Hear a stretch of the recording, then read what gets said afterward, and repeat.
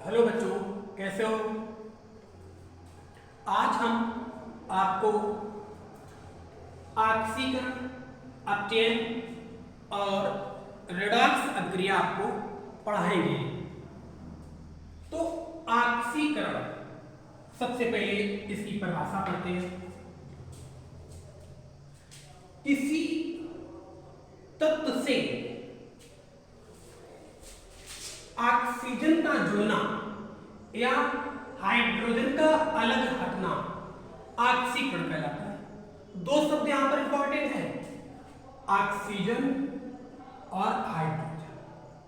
Oxygen यदि जुड़ जाए तो ऑक्सीकरण होगा, और यदि या हाइड्रोजन हट जाए तो भी ऑक्सीकरण होगा। ओके, किसी तत्व से ऑक्सीजन का जुड़ना या हाइड्रोजन का अलग हटना ऑक्सीकरण कहलाता है। एग्जांपल, ऑक्सीजन का मतलब O, हाइड्रोजन का मतलब H। तो C है, C से O जुड़ रहा है तो बन रहा है CO2। तो C से O जुड़ गया, C से क्या हुआ, O जुड़ गया, तो यहां पर क्या हो गया, इसका ऑक्सीकरण। क्या हो गया? ऑक्सीकरण हो गया। अब यहां हाइड्रोजन का अलग हटना, मतलब तत्व से हाइड्रोजन अलग हट जाए, तो ये CH4 लिखा है। तो अब C से देखो हाइड्रोजन अलग हट रहे हैं, तो भी यहां पर क्या हो रहा है, ऑक्सीकरण। तो दो परिभाषाएं, मतलब दो शब्द आप ध्यान रखें। अब अपचयन, जो अपचयन होता है वो ऑक्सीकरण के बिल्कुल उल्टा होता है। उल्टा का मतलब विलोम शब्द आपने पढ़ा। तो अपचयन पढ़ते हैं, किसी तत्व से हाइड्रोजन का जुड़ना या ऑक्सीजन का अलग हटना अपचयन कहलाता है। अब इसमें क्या है, या तो हाइड्रोजन जुड़ जाए और या तो ऑक्सीजन अलग हट जाए। तो यहाँ पर नाइट्रोजन हाइड्रोजन के साथ क्रिया करके अमोनिया बना, तो यहाँ पर नाइट्रोजन मतलब आयन, आयन से H जुड़ रहा है, तो यहाँ पर क्या हो रहा है, अपचयन हो रहा है। अब इधर देखो ZNO है, तो ZNO से 2 मतलब दो है इसके मोलों की संख्या। तो अब यहाँ पर Zn से ऑक्सीजन अलग हट रहा है, तो भी यहाँ पर क्या हो रहा है, अपचयन। तो ये दोनों आपकी किसकी क्रियाएं हैं, अपचयन की हैं। ओके, और ये दोनों आपकी ऑक्सीकरण। ओके, अब हम तुमको एक बताते हैं कि कैसे इसको ध्यान रखा जाए। ऑक्सीजन को मान लो, ऑक्सीजन को मान लो वधु, वधु का मतलब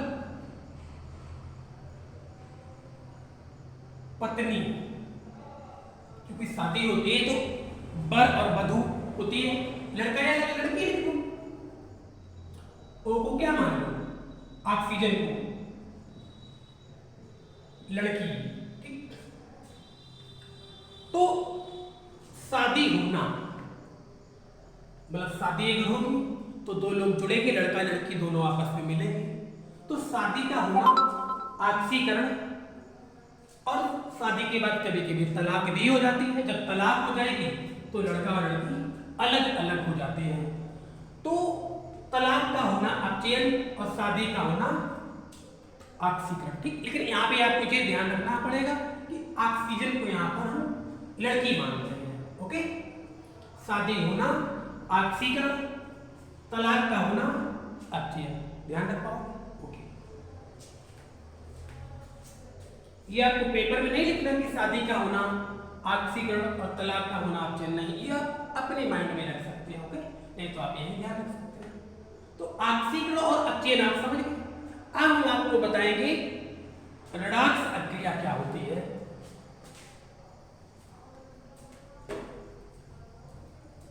रेडॉक्स अभिक्रिया,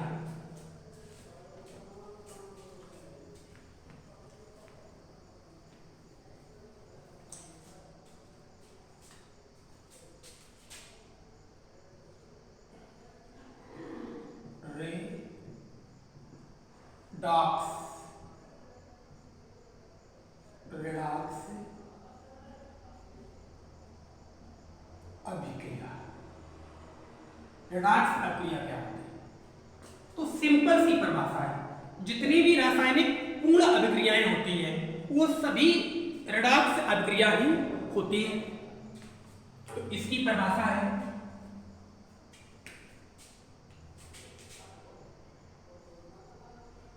वे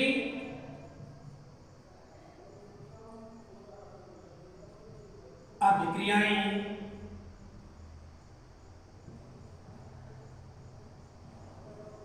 जिनमें ऑक्सीकरण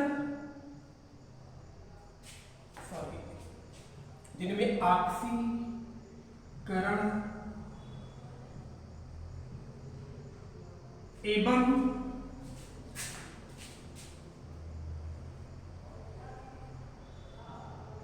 अपचयन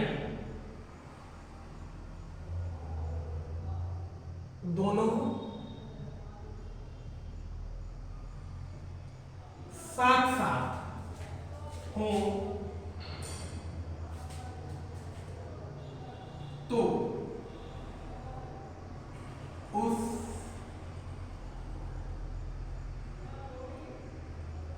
अभिक्रिया को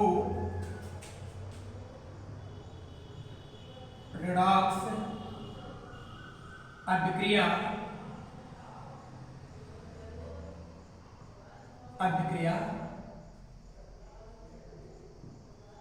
कहते हैं। ओके, शब्द यहां पर ध्यान रखना, वे रासायनिक अभिक्रियाएं जिनमें ऑक्सीकरण एवं अपचयन दोनों साथ साथ हो तो उस अभिक्रिया को रेडॉक्स अभिक्रिया कहते हैं। अब इसके लिए आपको एग्जांपल ध्यान रखना पड़ेगा। ओके, तो देखते हैं एग्जांपल, जैसे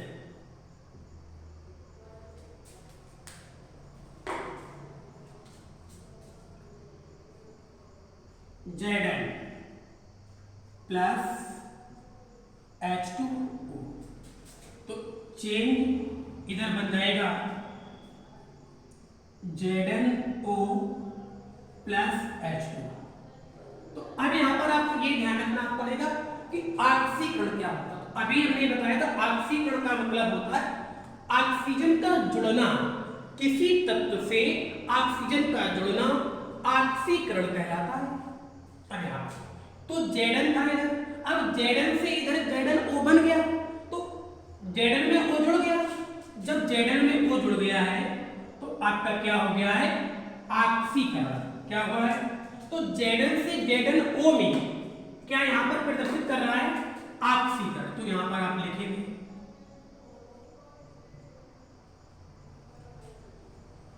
ऑक्सीकरण। और यहां पर हमने बताया था ऑक्सीजन का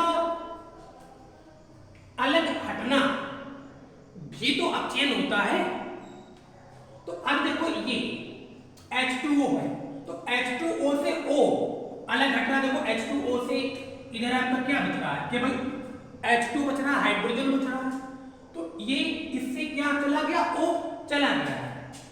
जब इससे O चला गया है तो ये आपका कहलाएगा अपचयन। क्या कहलाएगा, अपचयन।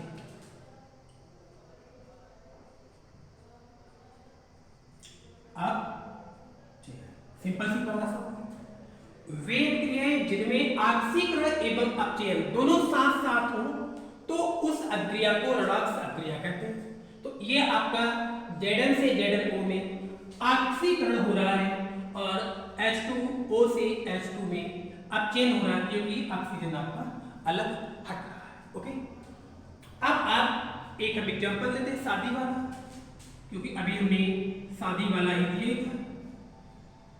तो शादी में लड़का लड़की होती, वर और वधू, मंडप के चारों ओर, ये मंडप जो होता है, मंडप के चारों ओर 7 फेरे लेते हैं। कितने फेरे लेते हैं, 7 फेरे लेते हैं। वो भी क्या अलग अलग लेते हैं, साथ साथ लेते हैं। अब लड़का को मान लो ऑक्सीकरण या फिर लड़की को मान लो ऑक्सीकरण, क्योंकि उसमें मानो ऑक्सीकरण और लड़का को मान लो अपचयन।